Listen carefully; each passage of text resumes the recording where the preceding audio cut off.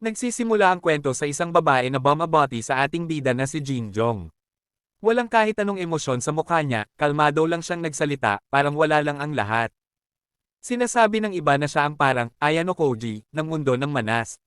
Pero may malaking pagkakaiba, hindi niya tinatreto ang mga tao bilang mga kasangkapan, kundi ang mga babae, para sa kanya, ay parang mga bato lang. Ito ang matagal na niyang pinaniniwalaan, at hindi ito basta-basta nagbago. Pero paano nga ba siya naging ganito? Balikan natin ang nakaraan, noong elementarya pa lang siya. Sa murang edad, nakaipon na siya ng halos 20 rejection. Akala niya noon, ang pinakamasakit na maririnig niya mula sa isang babae ay simpleng, hindi. Pero nagkamali siya. Sa bawat pag-amin niya, iba-iba ang paraan ng pagtanggi sa kanya, at mas lalo siyang napapahiya sa bawat pagkakataon. Dahil dito, lubos na nasugatan ang kanyang damdamin. Nawalan siya ng kumpiyansa sa sarili. Bilang isang batang wasak ang loob, ikinulong niya ang sarili sa kanyang white room, at doon ay gumawa siya ng isang imahinaryong kaibigan, isang boses na magbibigay sa kanya ng payo. Pinangalanan niya itong si Jason. Ang boses na ito ang naging gabay niya, parang isang guro na tutulong sa kanya para makawala sa sistema. Isang araw, may naisip na kakaibang solusyon si Jason, tingnan ang lahat ng babae sa mundo bilang simpleng mga bato lamang. Paulit-ulit niyang itinanim ang ideyang ito sa isip ni Jin Jong, parang sirang plaka na hindi tumitigil. Araw-araw, walang pahinga, sinanay niya ang sarili niyang isipan. Lumipas ang mga taon. Pagdating niya sa unang taon ng middle school, nagbunga ang lahat ng iyon, para sa kanya, ang mga babae ay literal ng parang mga bato. Balik sa kasalukuyan. Sinubukan ulit siyang kausapin ng isang babae. Ngumiti ito at magaan na nagsabi, may oras ka ba pagkatapos ng klase?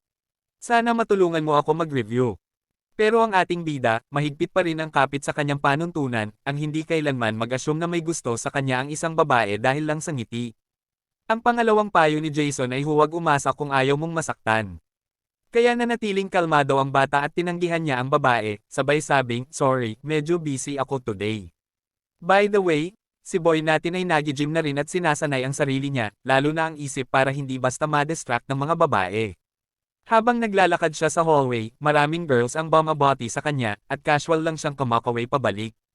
Sa isip niya, simula nung tinuring ko na parang bato ang mga babae, mas naging madali makitungo sa kanila. Natural lang yun, pwede kang makisalamuha sa bato ng walang emosyon. Tinanong niya ang kaibigan niya kung tama ba siya, at sumang-ayon naman ang imaginary niyang gym bro.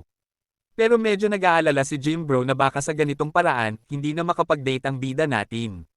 Sagot naman ng protagonist, matagal na nilang sinukuan ang love life. Inamin ni Jason yun, at dagdag pa ni Jin Yang, mas okay na siya sa ganitong setup kaysa makarinig ng mga salitang pathetic o hindi sapat. Halos 5 taon na rin mula nang simulan niyang ituring na parang bato ang mga babae, at hindi na rin siya nag-iisip tungkol sa pakikipag-date. Habang sinasabi ni Jason na ang mahalaga ay komportable ka sa sitwasyon mo, may isang babaeng dumaan, pinulot ang isang phone sa sahig, at tinawag ang bida. Nakuha nito ang atensyon niya.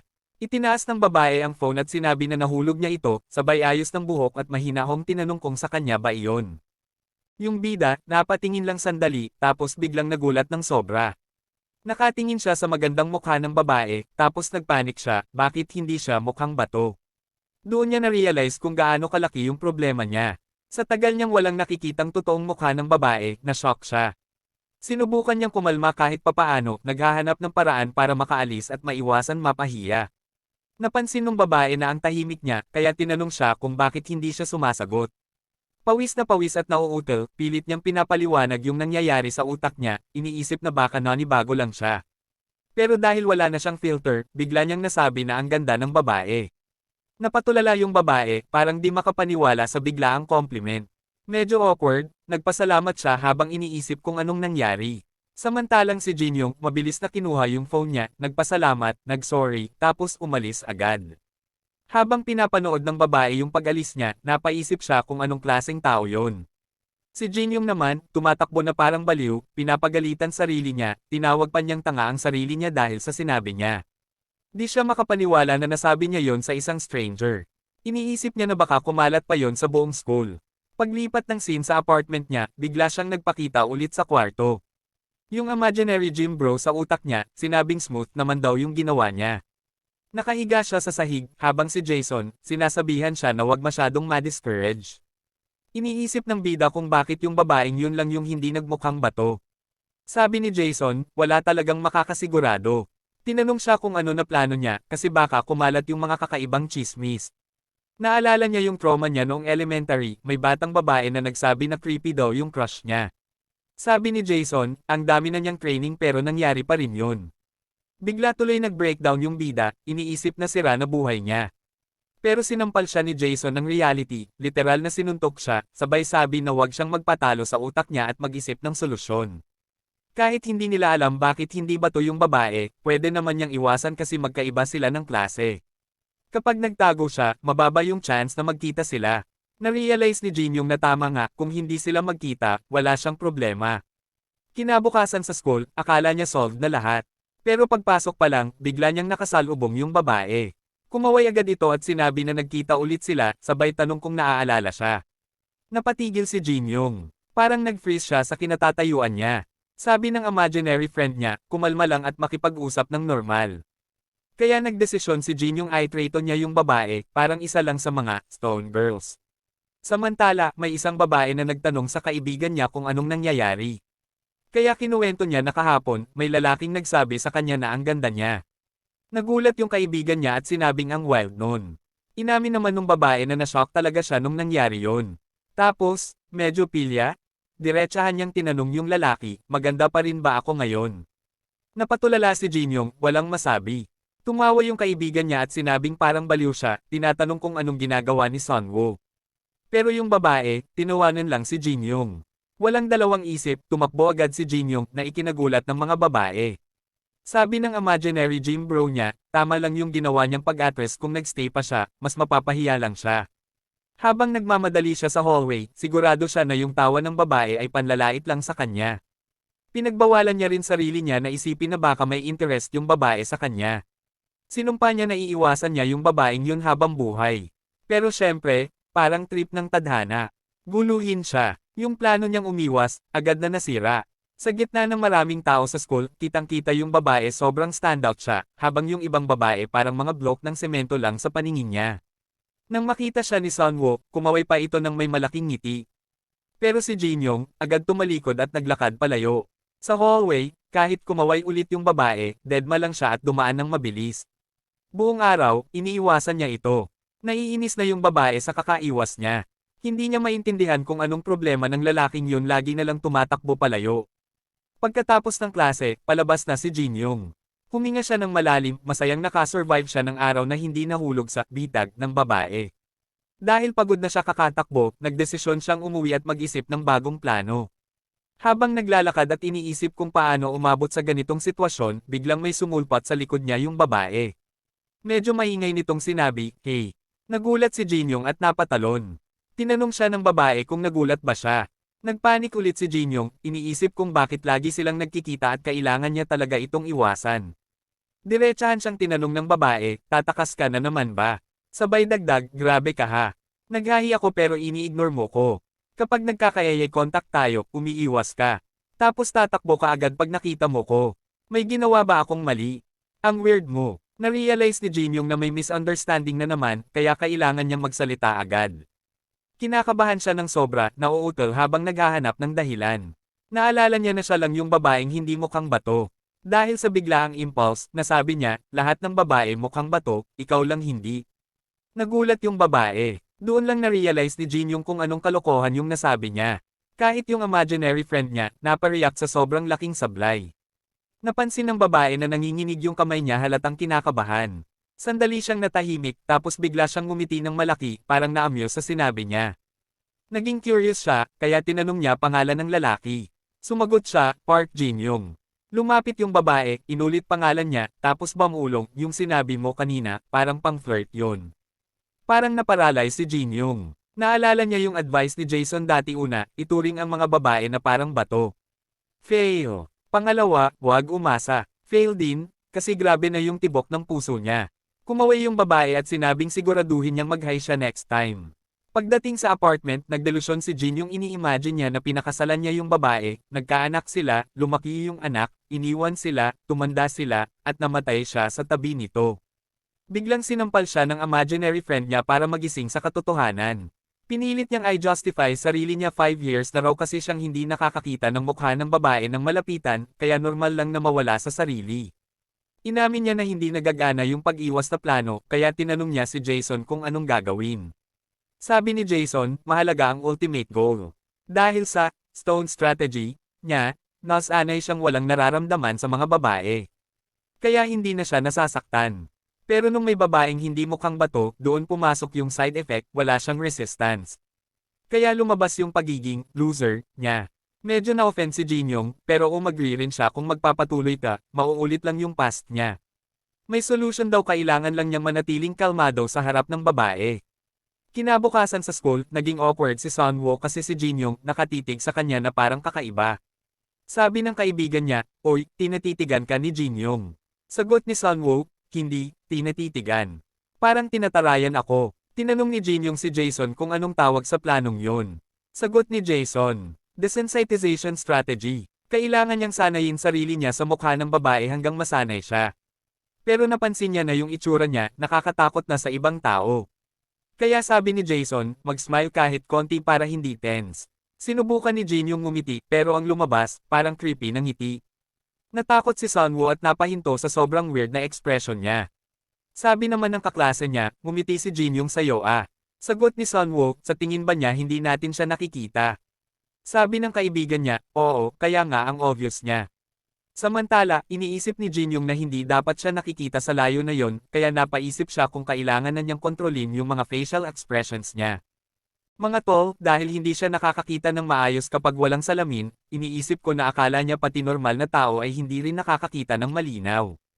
Anyway, tuloy tayo. Sinabihan siya ni Jason na pinapakomportable niya yung mga babae. Kaya sinabi niya na umalis muna siya bago pa magkamaling akala ang mga tao. Habang paalis siya, tinawag ni Sunwoo ang kaibigan niyang si Sukyong at tinanong kung kilala nito yung lalaki. Sumagot ito ng oo at sinabi na sikat daw siya sa mga babae. Nagulat si Sunwoo, at ipinaliwanag ni Sukyong na may ilang babae na lumapit sa kanya pero wala daw siyang interest sa girls. Hindi siya interesado sa dating at sarili lang niya ang iniintindi. Para siyang cool type, at mukhang effective yon sa mga babae. Tinanong niya si Sunwoo kung bakit siya nagtatanong at kung may interest ba siya dahil tinatitigan siya nito. Nabigla si Sunwoo at agad itinanggi yon. Naalala niya yung nangyari kahapon at may pilyang ngiti niyang sinabi na may kakaibang nakakainis sa lalaking yon. Sa classroom, sinabi ni Jinyong kay Jason na habang iniisip niya, lalo lang pumapangit yung strategy nila. Tinanong ni Jason kung bakit. Sumagot si Jinyong na ang point ay masanay siya sa mukha ng babae at manatiling kalmado. Pero para mangyari yon, kailangan niyang sundan at titigan ito. Parang sobrang stalker na yon at lalo lang siyang magmumukhang weird. Sa kalmadong tono, sinabi ni Jason na pumili siya kung gusto niyang maging loser o stalker. Nainis si Jinyong sa sinabi na yon. Nagsuggest siya na mas okay kung pictures na lang ang titingnan niya kaysa titigan ito sa personal. Kaya kailangan niyang hanapin ang Instagram nito. Nag-thumbs up si Jason at sinabing gawin niya yon at tanungin ang babae. Tinanong ni Jinyong kung personal ba niyang gagawin. Sagot ni Jason, ano pa bang choice, mas loser pa kung mag-stalk siya ng patago. Sa hallway, halos himatayan sa kaba, hinarangan niya si Sunwoo at casual na hiningi ang Instagram nito. Nagulat yung babae sa pagiging diretso niya pero may pilyang ngiti itong sumagot na sige at buksan ang app para siya na ang mag-type. Nagulat si Jinyong kung gaano kadali. Kinuha ni Sunwoo ang phone niya at chinek ang profile. Nagtaka siya dahil wala itong posts at followers. Tinanong niya kung kakagawa lang ba nito. Kinabahan si Jinyong at umamin na oo. Sa isip niya, hindi naman siya gumagamit ng social media kaya minadali niya lang at iniisip kung may problema ba. Biglang natawa si Sunwoo at nalito siya. Sinabi nito na ibig sabihin siya ang unang hinanap niya pagkatapos gumawa ng account. Sandaling pinrosezo ni Jinyong yung sinabi, tapos bigla niya itong naintindihan. Tawang-tawa ang babae sa reaksyon niya.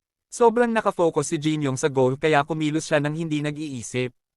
Tinanong niya si Jason kung ano ang gagawin pero umiwas lang ito ng tingin dahil alam niyang sablay na sablay siya. Sobrang na-fluster si Jinyong at nawalan ng composure, sinabing siya ang unang taong nakita niya kaya wala siyang nagawa. Na-realize niya na lumalabas na naman yung pagiging awkward niya. Sa kabila ng lahat, ngumiti lang ang babae at tinanggap yon. Itinaas niya ang phone at pabirong tinanong kung hindi ba siya curious sa number niya. Lalong nagulo si Jinyong at naging lutang. Tinapik siya ng babae at sinabing nagbibiro lang siya at nakakatawa ang reaksyon niya. Binalik niya ang phone at sinabing ay follow niya siya at siguraduhin niyang I like ang post niya. Habang naglalakad palayo ang babae, napaisip si Jinyong at nag-imagine ng love story sa utak niya. Pinutol ni Jason ang iniisip niya at pinabalik siya sa realidad. Lumipat ang scene sa apartment ni Sunwoo. Nakahiga siya sa kama habang nagse-cellphone. Napatawa siya sa isang weird na post at nakita na si Jinyong pala ang nag-post ng creepy na selfie. Sa isip niya, pangit ang taste nito sa pictures. Samantala sa apartment ni Jinyong, mahimbing siyang natutulog. Biglang nag-notify ang phone niya at nakita na ni-like ni Sunwoo ang post niya. Pagdating sa school, nagulat si Sukyung nang malaman na hiningi ni Jinyong ang Instagram ng kaibigan niya. Kinumpirma ni Sunwoo at ipinagyabang na gumawa pa ito ng account para lang ma-follow siya. Sinabi ni Sukyung na siguradong may gusto ito sa kanya. Curious si Sunwoo kaya nagtanong siya kung totoo bang wala talagang interest si Jinyong sa mga babae. Sumagot si Sukyung na oo at siya lang ang babaeng ginanon nito. Biglang napansin nila si Jinyong na dumadaan sa classroom. Nagsuggest si Sukyung na i-test ang theory sa harap ng lahat. Nagtanong si Sunwoo kung paano. Habang naglalakad si Jinyong sa hallway, may narinig siyang ingay at huminto. Biglang nagkunwari si Sukyung na nadapa at nahiga sa sahig na parang drama. Malungkot niyang sinabi kay Jinyong na nasaktan siya at naghihintay na tulungan siya. Pero si Jinyong, walang emosyon. Sa paningin niya, parang bato lang siya. Hinailan niya ito pataas gamit ang hoodie at umalis na parang wala lang. Nanginginig si Sukyung sa galit habang si Sunwoo ay tawang-tawa at sinabing parang binunot lang siya na parang labanos. Sinabi ni Sunwoo na tama ang teorya niya habang si Sukyung ay hindi makapaniwala sa nangyari at galit na galit. Pagkatapos ng klase, tinanong ni Jason kung nasanay na ba siya sa mukha ng babae. Sumagot si Jinyong na hindi pa at binabantayan pa lang niya ito. Nakita siyang namumula habang tinitingnan ang pictures nito at iniisip na bawat tingin ay parang bagong shock. Sinabi ni Jason na mahaba pa ang lalakbayin niya at kailangan niyang alamin ang pinakadahilan kung bakit siya lang ang hindi mukhang bato. Biglang may napansin si Jinyong. Nakatayo si Sunwoo at mukhang may iniisip habang sinasabing delikado ito. Napansin siya ni Sunwoo at nagpanik si Jinyong nang batiin siya. Pinilit niyang kumalma at tinanong kung bakit siya nandun. Sinabi ng babae na wala siyang pamasahe pa uwi. Tinanong niya kung saan siya nakatira at sinabi nitong Samo Village Apartments. Nalitaw si Jinyong at sinabing pwede naman niyang lockerin dahil malapit lang. Pero sinabi ng babae na hindi ganun ka-simple. Tinanong niya ang dahilan at nagdalawang isip ang babae pero tumingin sa ibang direksyon at nahihiyang sinabi na may chronic anemia siya. Dahil desperado, inilabas ni Jinyong ang wallet niya at inalok ang lahat ng pera niya para makasakay siya at umalis. Tinapik ng babae ang kamay niya at tumanggi sa pera, sinabing hindi niya kayang samantalahin siya. Sa halip, inutusan niya si Jinyong na ihatid siya pauwi. Nauna siyang maglakad habang pinaparamdam kay Jinyong na hindi naman niya pababayaan ang isang mahina na babae. Nagulat si Jinyong at hindi niya agad na process na parang napasok siya sa isang disguise date. Habang papalubog ang araw, magkasama silang naglalakad. Walang tigil sa pagsasalita si Sunwoo tungkol sa kung ano-ano. Sobrang kabado si Jinyong at wala siyang naiintindihan sa sinasabi nito. Tinanong siya ni Sunwoo kung nakikinig ba siya at sa isip niya, sobrang biglaan ng lahat at hindi niya inakalang maglalakad sila ng ganito. Sobrang hindi siya komportable. Naalala niya ang masamang karanasan niya noon. May isang babae na lagi niyang kasabay maglakad dahil pareho ang direksyon nila. Unti-unti siyang nahulog dito. Isang araw habang naglalakad sila, may mga batang nagulat at tinanong kung nagde-date ba sila.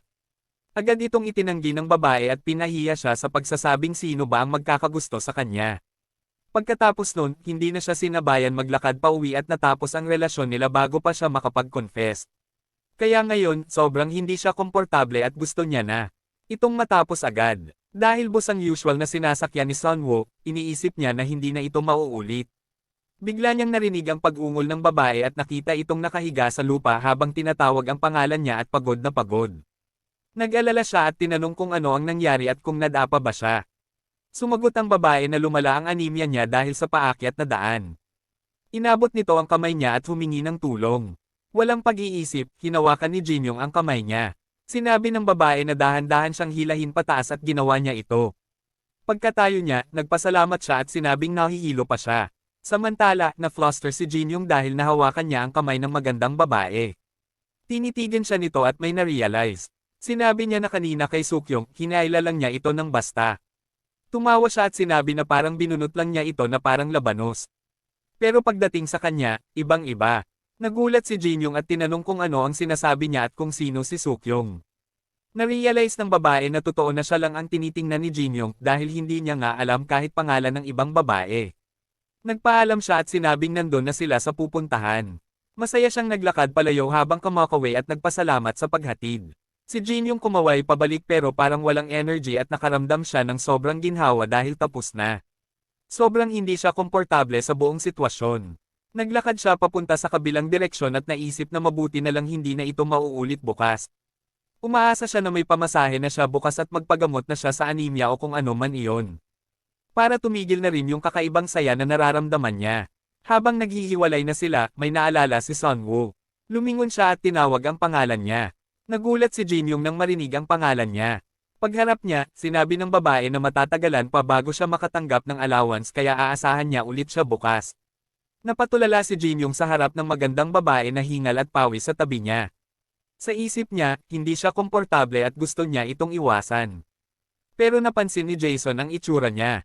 Mukhang excited siya na makakasama ulit siya sa paglalakad. Biglang nagbago ang eksena at nakita niya si Sunwoo na nasa lupa ulit at umiiyak sa pagod.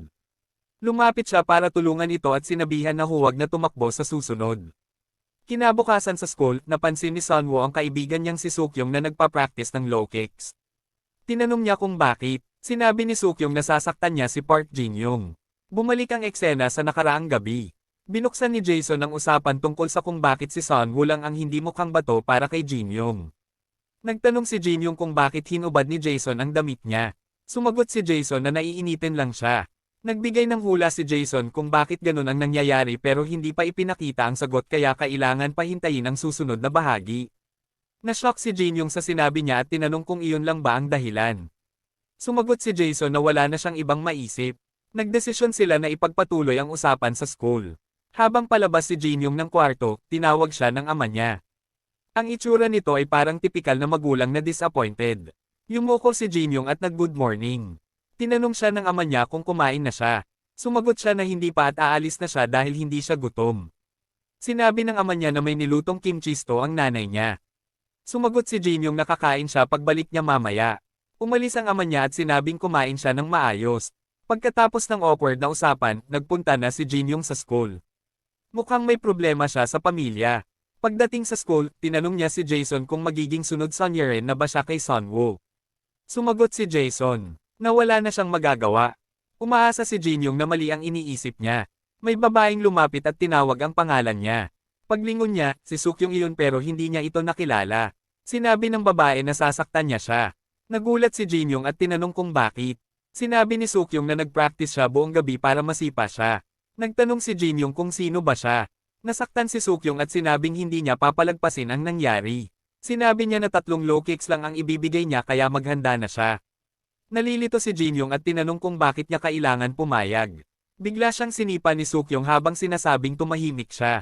Nakaiwas si Jin-young at tumakbo habang sumisigaw kung ano ang nangyayari. Sinabi ni Sukyong na mabilis siyang tumakbo at hindi siya tulad ni Sunwoo na may anemia. Natakot si Jin-young habang hinahabol siya ng babaeng parang bato. Kumapit siya sa sarili at tumakbo ng todo habang iniisip na parang may gumugulong na malaking bato papunta sa kanya. Nahabol siya at papasipa na si Sukyong pero biglang lumabas si Sunwoo sa hallway at nagtanong kung bakit maingay. Sa kasamaang palad, ang nasipa ay si Sunwoo. Napasigaw siya sa sakit dahil napunit ang ligament ng ankle niya. Natigilan si Sukyong at nagulat. Sumigaw si Jin-young sa pag-aalala at lumapit para tumulong pero nadulas siya at bumagsak. Nabali ang ilong niya. Nakatayo si Sukyong habang 2 tao ang nakahiga sa sahig at sobrang kinakabahan siya habang humihingi ng paumanhin. Sa infirmary, nakahiga sila sa magkaibang kama. Si Sunwoo ang unang nagsalita at sinabing medyo kakaiba talaga si Sukyong. Sumagot si Jin-young na ayos lang iyon at naisip niya na mag-isa na naman siya kasama si Sunwoo. Tinawag niya si Jason. Nakaupo ito at umiinom ng tsaa habang sinasabing sana hindi lumabas ang inner loser niya. Nagtanong si Jin-young kung anong ginagawa niya. Sumagot si Jason na tea time iyon. Umaasa si Jin-young na hindi siya magsasabi ng kung ano. Tahimik si Sunwoo sandali tapos tinanong kung ano ang ulam ngayon. Sumagot si Jin-young na fried croaker at natuwa siya. Tinanong niya kung kumakain ba siya ng breakfast. Sumagot si Jin-young na hindi siya kumakain. Tinanong niya kung bakit at sinabi na magugutom siya. Sumagot si Jin-young na lagi kasing nandun ang tatay niya sa umaga kaya awkward at umaalis siya agad. Sinabi ni Sunwoo na subukan niyang makisama sa ama niya. Sumagot si Jinyong na mas madaling sabihin iyon kaysa gawin. Habang nakatingin siya sa babae, naalala niya ang unang sinabi niya na maganda ito. Akala niya dati na sabi niya iyon dahil matagal na siyang walang nakikitang babae. Pero ngayon, nakita niya na maganda talaga siya. Napansin ni Sunwoo na nakatingin siya at tinanong kung ano ang tinitingnan niya at kung maganda ba siya. Nagpanik si Jinyong at agad tumanggi. Tumawa si Sunwoo at nagsorry at sinabing nagbibiro lang siya. Naisip ni Jinyong kung inaasar ba siya. Umupo si Sunwoo at sinabing masaya siyang asarin siya. Tinanong ni Jinyong kung ano ang ibig sabihin noon. Sumagot siya na konting tulak lang ay nagiging flustered siya at nagsasabi ng kakaiba. Nagsorry si Jinyong. Tumawa si Sunwoo at sinabing huwag siyang magsorry dahil cute siya. Namula si Jinyong sa sinabi na iyon. Naalala niya ang sinabi ni Jason na baka na-fall siya kay Sunwoo sa unang tingin. Inamin ni Jason na wala siyang ibang maisip na dahilan. Nag-usap pa sila hanggang sa kumalma ang lahat. Pagkatapos, hinawakan ni Jinyong si Sukyong para pigilan ito. Kinakabahan ito at humihingi ng sandali pero sinabi ni Sunwoo na oras na para matuto siyang managot sa ginawa niya. Nagmakaawa si Sukyong pero naghanda si Sunwoo na sumipa. Sumigaw si Sukyong sa takot at si Jinyong ang tinamaan ng sipa. Biglang nagdilim ang paningin ni Jinyong. Narinig niya, si Sunwoo na nagsasabing nahulog siya sa kanya sa unang tingin. Sinabi nito na konting kabaitan lang ay nag-iisip na siya ng kung ano-ano at tinawag siyang pathetic loser. Bigla siyang nagising. May boses na nagtanong kung masama ba ang panaginip niya. Si Jason iyon. Napansin niya na mabigat ang paghinga niya. Pagkalipas ng ilang oras, kinuwento ni Jinyong ang panaginip. Panaginip kung saan minamaliit siya ni Sunwoo. Tinanong ni Jason kung bumalik ang trauma niya sa mga babae. Sumagot si Jinyong na oo at madalas na niya itong napapanaginipan. Tinanong ni Jason kung kailan nagsimula. Sumagot siya na nagsimula iyon noong sinabi na baka nahulog siya sa unang tingin. Sinabi ni Jason na unrequited love iyon at natatakot siya. Nagbigay siya ng payo na kilalanin ang sarili at ang kalaban para hindi matalo. Habang naglalakad sa hallway, tinanong ni Jinyong kung ibig sabihin ba ay kailangan niyang kilalanin si Sunwoo. Sumagot si Jason na oo. Narealize ni Jinyong na wala talaga siyang alam tungkol sa kanya at mukhang magandang plano iyon. Pumunta siya sa class 5 at naisip na baka iyon ang classroom ni Sunwoo. Pagpasok niya, kinabahan siya at tumingin sa paligid pero wala siya doon. Naisip niya na baka nasa banyo ito. May nagsalita at sinabing upuan niya iyon. Ipinakilala si Gumi na 18 years old. Nagulat si Jinyong sa ugali nito at umatras habang nagso-sorry. Tinanong niya kung nakita niya si Sunwoo. Tinitigan siya ni Gumi at sinabing may mga lalaking tulad niya na agad nahuhulog sa babaeng tulad niya. Nainis si Jinyong sa tono niya. Sinabi ni Gumi na hindi siya nakikipag-usap sa mga babaeng tulad niya. Sinabihan siya ni Jinyong na huwag magsalita ng masama tungkol kay Sunwoo pero patuloy pa rin ito. Hinubad ni Jinyong ang jacket niya at pinatayo siya. Tinanong ni Gumin kung bakit. Sinabi ni Jinyong na may gagawin siya. Tumayo si Gumin at nag-ayos ng salamin. Hinampis siya ni Jinyong gamit ang jacket na parang letigo. Sumigaw si Gumin sa sakit. Biglang pumasok si Sunwoo at nagtanong kung ano ang nangyayari at parang may kinakatay na baboy. Napansin niya si Jinyong at tinawag siya. Sinabi ni Jinyong na sinasaktan niya ang lalaki dahil tinatawag siya nitong trash girl. Ngumiti si Sunwoo at sinabing pwede niyang ipagpatuloy dahil ganun talaga ito. Tinanong ni Jinyong kung ano ang problema nito. Tahimik si Gumin. Sinabi ni Sunwoo na ganun na siya simula bata at childhood friend niya ito. Pagkatapos, nasa labas na sila. Umupo si Jinyong at Gumin sa bench. Nagsorry si Jinyong at sinabi ni Gumin na hindi naman masakit. Tinanong ni Jinyong kung kilala niya talaga si Sunwoo. Sinabi ni Gumin na magkaibigan sila mula pa noong 3 taong gulang sila. Naisip ni Jinyong na ito na ang pagkakataon para malaman ang tungkol kay Sunwoo. Pero sinabi ni Gumin na kung may balak siya kay Sunwoo, mas mabuting sumuko na siya. Sobrang sikat daw nito at maraming nanliligaw pero wala ni isa ang nagtagumpay. Naisip ni Jinyong na posible na wala lang itong gusto sa kanila dahil may sariling type ang bawat tao. Sumagot si Gumin na posible iyon pero hindi iyon ang dahilan. Sinabi niya na matagal na niyang kilala si Sunwoo at lagi silang napupunta sa parehong school kaya madalas silang magkasama. Pero noong middle school, may napansin siyang kakaiba. May isang beses na tinawag niya itong trash girl at pinabili ng tinapay. Napansin niya na kakaiba ang ekspresyon nito. Ngumiti ito tulad ng dati pero parang hindi na ito yung kilala niyang Sunwoo. Hindi niya maipaliwanag ang pakiramdam pero simula noon hindi na iyon nawala. Kaya sinabi niya na sumuko na lang si Jinyong. Habang naglalakad, iniisip ni Jinyong ang sinabi niya. Pero sa totoo lang, wala siyang naramdamang kakaiba kay Sunwoo. Sa huli, naisip niya na baka opinyon lang iyon ni Gumin at pwede niya itong baliwalain. Bigla siyang napahinto nang may boses na tumawag sa kanya sa gulat. Tinanong ni Sunwoo kung close na ba sila para gumala ng magkasama. Tinanong niya kung anong ginagawa nila at nag-alinlangan si Jin Young dahil alam niyang hindi niya dapat sabihin na pinag-uusapan nila siya at kailangan niyang gumawa ng magandang dahilan, pero sumingit si Gumin na nakasimangot at sinabing pinag-uusapan lang namin siya sa likod mo, Crash Girl. Nagulat si Jin Young na pinapahamak siya ng lalaking ito. Nasaktan si Sunwoo at tinanong kung pinag-usapan ba siya sa likod niya. Itinanggi niya ito pero sumingit si Sukyong at sinabing alam niya na basura talaga si Park Jin Young. Sinabi ni Gumin na seryoso daw nilang pinag-usapan ang kapangitan ni Sunwoo. Hindi na kinaya ni Jin Young ang kalokohan na ito at hinampes ulit niya ang lalaking iyon. Nakita ni Sunwoo ang ginagawa nila at tinanong ang kaibigan niya kung anong nangyayari, at sinabi ni Sukyong na pabayaan na lang ang mga iyon. Ngumiti si Sunwoo sa sitwasyon na ito at nag-shift ang scene sa bandang huli. Pagkatapos ng klase, papunta si Jin Young sa bus habang sinasabihan si Jason na may malaking problema sila. Wala silang masyadong nalaman tungkol kay Sunwoo at mukhang lalo lang nadidagdagan ang misunderstandings. Sinabi ni Jason na dahil iyon sa lalaking iyon na kung ano-ano ang sinasabi tungkol kay Sunwoo na parang may mali sa kanya at kailangan na raw itong patahimikin agad. Biglang tinawag ni Sunwoo si Jin Young at tinanong kung nag-enjoy ba siya sa pagchichismis tungkol sa kanya. Nagulat siya at na-realize na minsan sobrang diretso magsalita si Sunwoo. Sinabi niya na hindi siya nagsasalita tungkol sa kanya sa likod, at tumawa si Sunwoo at sinabing alam niya iyon. Bahagya siyang tinapik ng babae at sinabing baka nagbibiro lang si Gumin dahil ganun talaga ito at imposibleng gawin niya iyon. Mas importante, tinanong niya si Jin Young kung ihahatid ba siya pauwi. Tinanong niya kung bakit at kung naubusan na naman ba siya ng pamasahe ngayon. Sumagot siya na oo at naiirite na siya sa pag-akyat ng burol. Naramdaman ni Jin Young na komplikado ang lahat ng ito. Sinabi ni Jason na hindi siya nanira pero totoo na pinag-usapan nila siya sa likod. Nagdesisyon si Jin Young na mas mabuting itago muna ang bagay na iyon. Tinawag siya ni Sunwoo at sinabing ayaw na ayaw niya ang paakyat na daan. Tinanong niya kung ganoon ba talaga kahirap ang maglakad.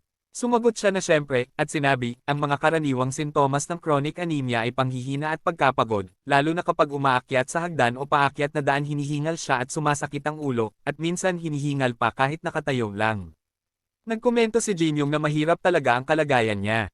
Itinuro ng babae ang likod niya at sinabi na tulungan siya. Nag-alinlangan siya pero pinilit siya ng babae at tinanong kung ayaw ba niyang umuwi. Pagkatapos, sa nanginginig niyang mga kamay sinimulan niyang itulak siya paakyat. Sinabi ng babae na mas madali na umakyat ngayon. Tumawa siya at sinabing nakakakiliti. Nagulat si Jin Young at sinabi ng babae na sensitive ang likod niya. Nang marinig iyon, namula si Jin Young. Ang mga ganitong biro ay mahirap para sa kanya. Naisip niya kung ano ang mangyayari kung mas maging malapit pa sila at mas maging komportable sa isa't isa kaysa ngayon. Iniisip niya kung darating ang araw na kaya niyang lakarin ang daan na ito kasama si Sunwoo sa likod niya na ganito. Pinapalakas siya ni Jason at iniisip ni Jin Young na okay lang ang ganitong pag-iisip dahil hindi naman ito umaabot sa pag-iisip ng magiging mga apo nila. Pagkatapos, hindi niya sinasadya na mas lalo pa niyang naitulak ang babae habang iniisip na malaya siyang mag-imagine. Bigla niyang narinig si Sunwoo na sumisigaw ng pangalan niya at sinabi niya na.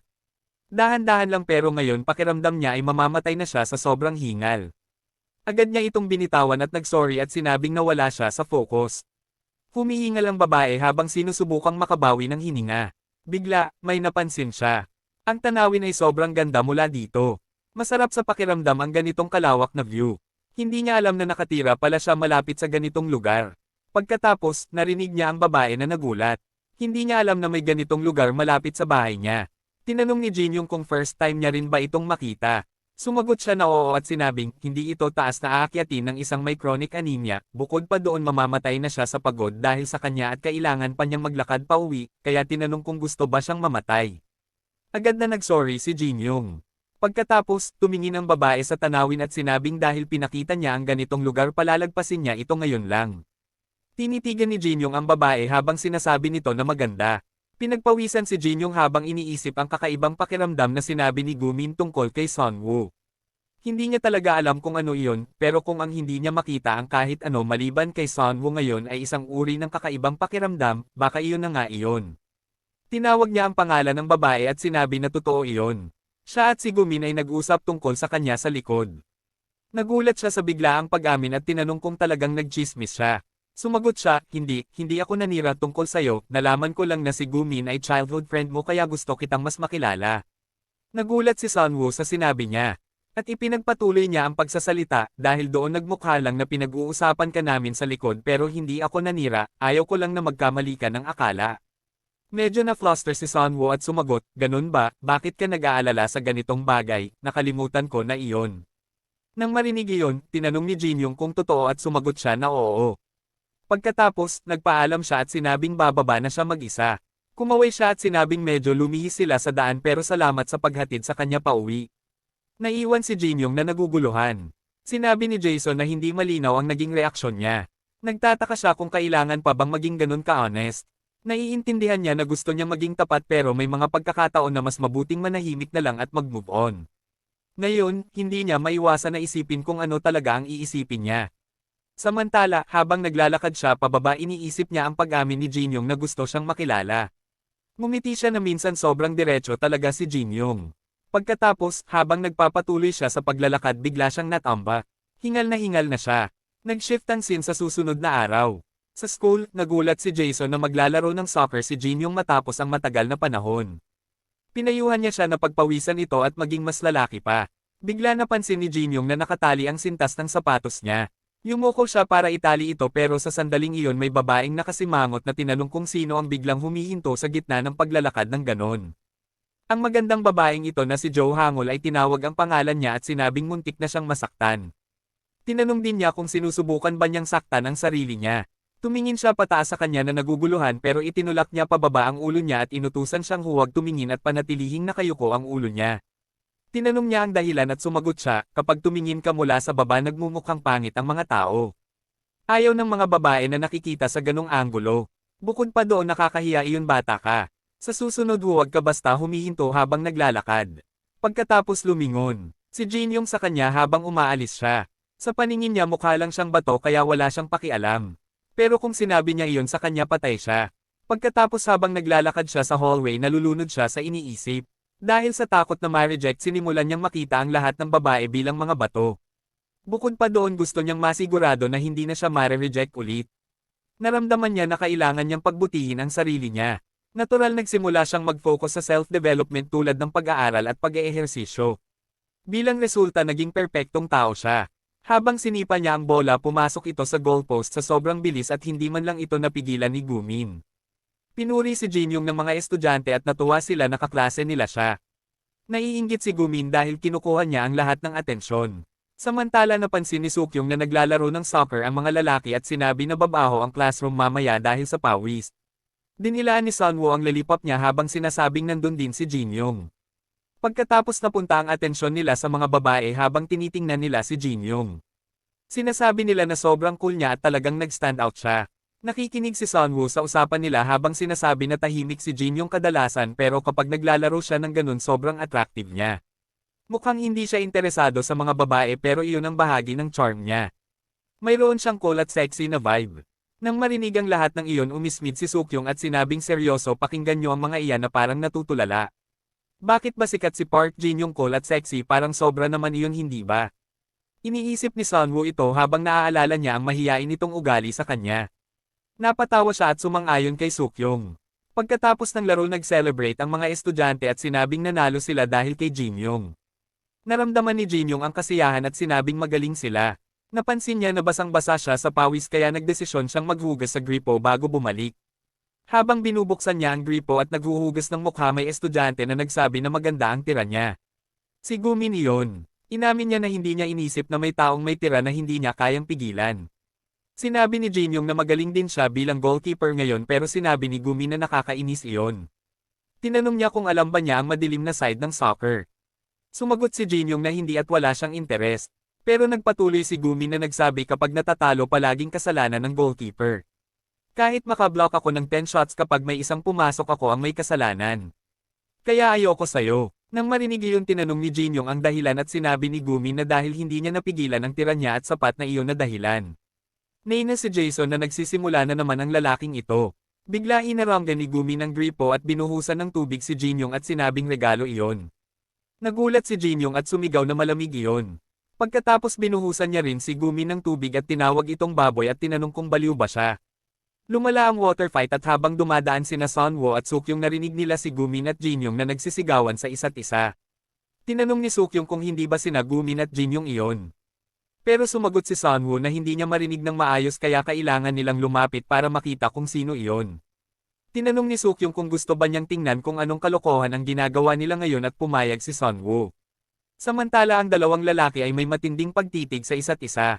Sumigaw si Jinyong na ang pangit ng pakiramdam nito at basang-basa siya dahil sa kanya.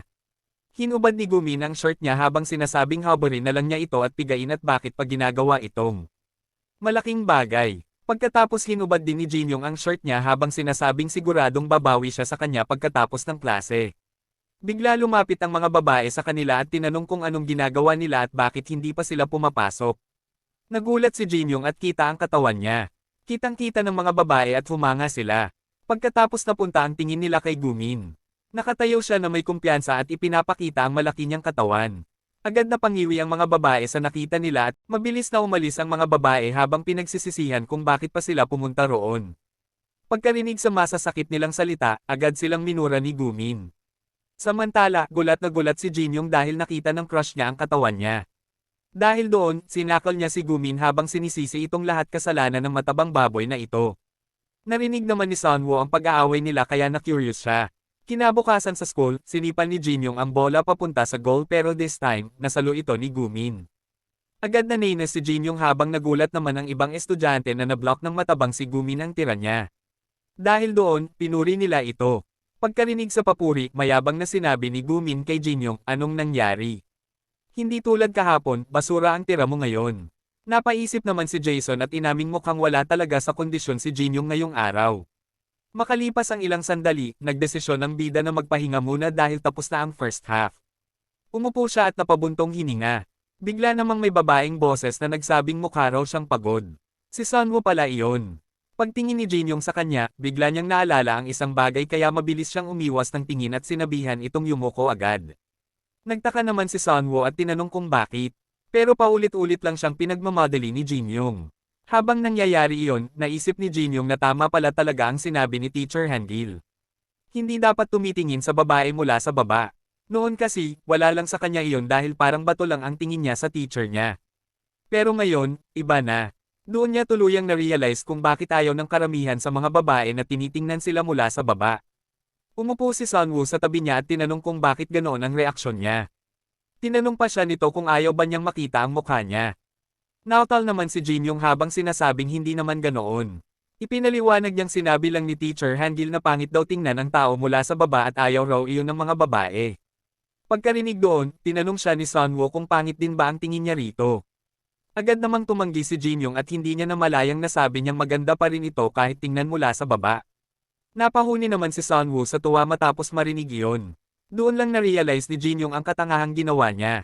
Napailing si Jason habang sinasabing sobrang dali niyang nahulog sa bitag nito. Desperado namang humingi ng tulong si Jinyong kay Jason pero sinabi nitong ayusin niya mag-isa ang problema dahil hindi ito makikialam. Dahil doon, lalong natarante si Jinyong.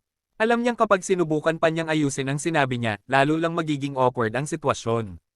Isa pa, malaking problema talaga ang bibig niya. Nanahimik muna si Sunwoo bago itong umiti ng malambing at nagpasalamat sa compliment.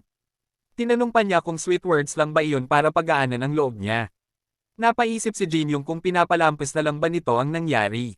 Sinabi naman ni Sunwoo na masaya raw talaga siya kapag nakakatanggap ng compliments. Nakisabay na lang si Jinyong sa usapan, pero maya-maya sinabi ni Sunwoo na narinig din daw niya ang mga babaeng pumupuri rito. Sinasabi raw ng mga ito na cool at sexy si Jinyong. Agad namang namula si Jinyong at itinanggi iyon.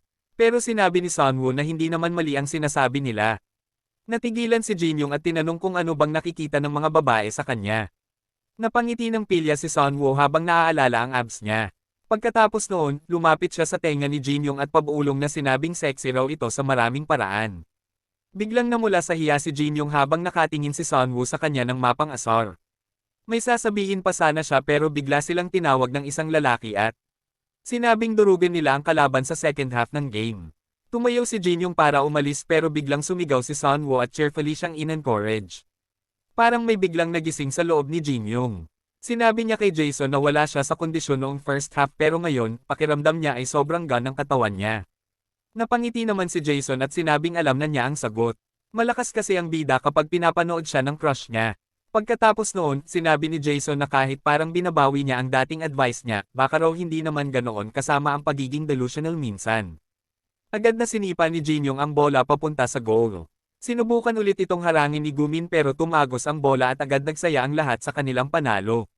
Tumawa naman si Jinyong habang inaasar si Gumin na huwag masyadong masaktan. Napamura naman si Gumin habang sumisigaw na maghihiganti siya balang araw. Mula sa audience, malawak ang ngiti ni Sunwoo habang masayang pinapanood ang nangyari. Samantala, ilang minuto bago iyon, narinig pala ni Teacher Hangil si Jinyong na sinasabing maganda pa rin si Sunwoo kahit tingnan mula sa baba.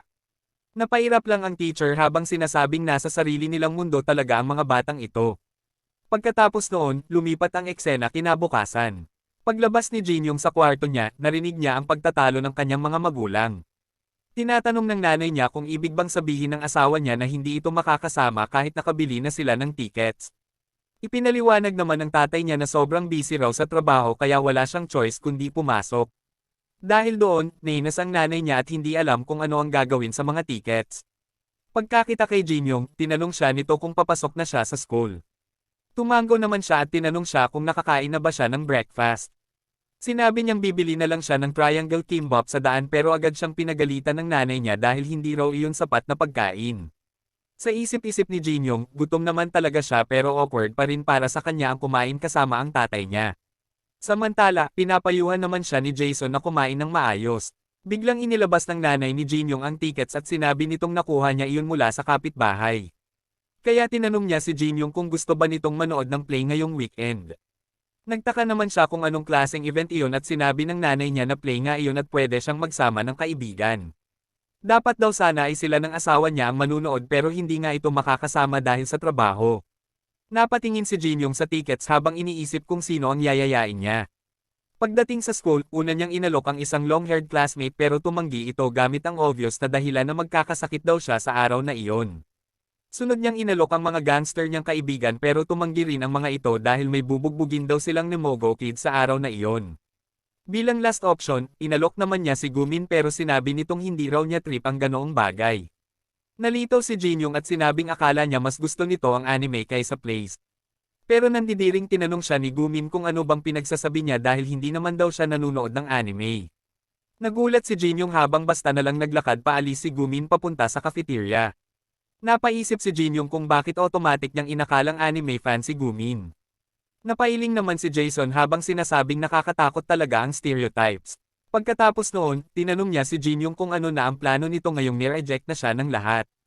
Habang naglalakad si Teacher Hangil, nakita niyang mag-isang nagsasalita si Jinyong na parang baliw habang iniisip kung sino ang yayayain niya. Biglang, sinabi ni Jason, maging honest ka nga.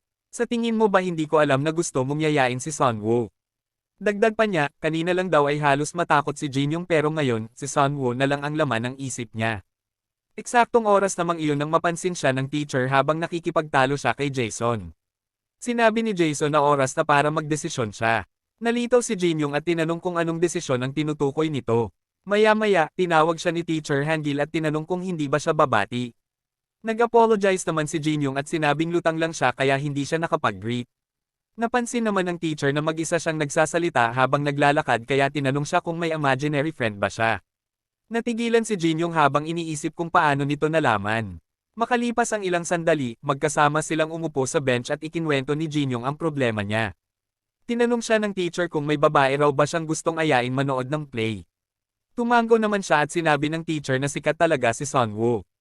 Nagtaka si Jinyong kung paano nito nalaman na si Sunwoo ang tinutukoy niya. Napangiti lang si Teacher Hangil habang sinasabing narinig niya kasi ang mga cheesy lines niya kahapon tungkol sa pagiging maganda ni Sunwoo kahit tingnan mula sa baba. Biglang nahiya si Jinyong. Pagkatapos noon, tinanong siya ng teacher kung natatakot ba siyang ma-reject. Sandali siyang natahimik bago umamin na nakakahiya nga iyon.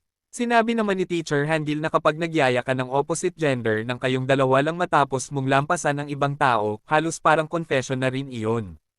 Pagkatapos sabihin iyon, tumayo siya at tinawag na duwag si Jinyong. Nalito naman si Jinyong habang tinatawag ang pangalan ng teacher. Pero ngumiti lang ito at sinabing balang araw, magpapasalamat din siya rito. Pagkatapos noon, lumapit siya kay Sunwoo at direktang sinabi rito na may gustong sabihin si Jinyong. Sinabi pa niyang gusto raw siyang yayain ni Jinyong manood ng play ngayong weekend. Biglang tumawa si Sookyung habang inaasar si Jinyong na sobrang duwag nito dahil teacher pa ang ginamit para magyaya ng date. Pagkatapos ma-set up silang dalawa, umalis na si Teacher Hangil. Lumapit naman si Sunwoo kay Jinyong habang pinapanood ni Sookyung ang eksena na parang Tusong Fox. Naalala ni Jinyong na sinabi mismo ng teacher na parang confession na rin ang pagyayayang ito. Yumuko ng bahagya si Sunwoo at sinabing narinig niyang manunood raw sila ng play ngayong weekend. Tinanong niya kung gusto ba siyang isama ni Jinyong. Nabihag naman agad si Jinyong sa ganda nito at sino nga ba ang tatanggi sa ganitong sitwasyon. Kaya pumayag na lang siya habang iniisip na halos wala na itong pinagkaiba sa isang confession. Pagdating ng weekend, makikita si Jinyong na maayos na nakabihis. Napailing si Jason habang sinasabing hindi niya akalaing mapupunta sa paggala kasama si Sunwoo ang weekend nila. Tahimik lang si Jinyong habang sinasabihan siya ni Jason na hindi siya makapaniwalang basta na lang siyang yumo ng hindi nag-iisip. Sinabi pa nitong tigilan na niya ang ugali niyang magsalita dahil lang nadadala siya sa atmosphere. Susubukan sana ni Jinyong na sisihin si Teacher Hangil pero inamin niyang tama rin si Jason. Pagkatapos noon, tinanong niya kung mukha ba siyang weird sa suot niya. Sinabi naman ni Jason na cool naman ang itsura niya. Inamin din ni Jinyong na first time niyang magsuot ng contact lenses kaya hindi siya komportable. Biglang naging seryoso si Jason at tinanong kung anong klaseng relasyon ba talaga ang gusto niya kay Sunwoo. Kailangan na raw niyang maging malinaw sa nararamdaman niya. Sa tingin kasi ni Jason, may romantic feelings na talaga si Jinyong para kay Sunwoo. At dahil sa pagyayang iyon, malamang napansin na rin ni Sunwoo ang nararamdaman niya kahit papaano. Para sa ordinaryong tao, baka hindi naman ganoon kalaking problema iyon. Pero ikaw, sobrang takot ka sa rejection, hindi ba? Kapag ipinagpatuloy mo ang paglapit kay Sunwoo ng ganito, baka mangyari ulit ang nakita mo noon. Iyong eksenang napanaginipan mo. Pero kung susuko ka na ngayon pa lang at bibitawan mo ang feelings mo para kay Sunwoo, maiiwasan mo ang bagay na kinatatakutan mo. Nagtanong si Jinyong kung paano niya magagawa iyon. Paano mo ba basta-bastang mawawala ang nararamdaman na nabuo na? Pero bigla niyang naalala na nagawa na niya iyon dati. Kaya siguro pwede niyang subukang tingnan si Sunwoo bilang isang bato lang. Sakto namang lumingon siya nang tawagin siya ni Sunwoo at sabihing bagay na bagay raw ang itsura niya ngayon. Agad namang namula si Jinyong sa ganda nito. Sinabi naman ni Jason na kung pipiliin niyang tingnan si Sunwoo bilang bato dahil takot siyang ma-reject, bibigyan niya ito ng advice na babagay sa desisyong iyon. Pero kung gusto niyang lampasan ang trauma niya bilang matagal nitong kaibigan, tutulungan niya rin ito ng buong makakaya. Kaya kailangan niyang mamili.